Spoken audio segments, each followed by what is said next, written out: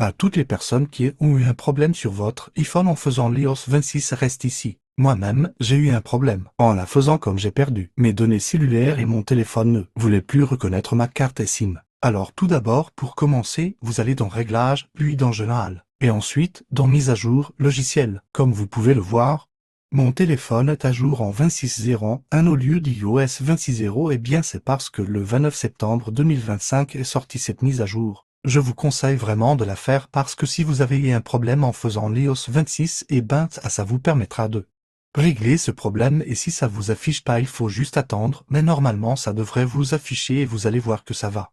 Vous marquez tous les problèmes que cette mise à jour va vous résoudre. Si vous voulez vraiment vérifier que cela fonctionne vraiment.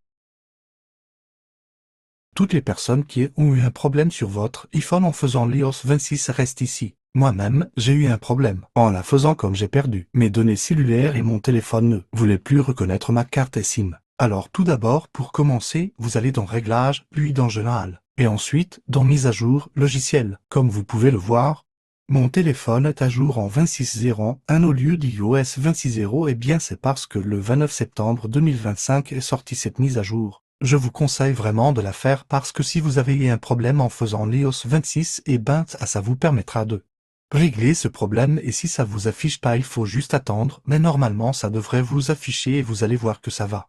Vous marquez tous les problèmes que cette mise à jour va vous résoudre. Si vous voulez vraiment vérifier que cela fonctionne vraiment, allez dans Google et recherchez iOS 26. Il est écrit que c'est pour l'iPhone 17.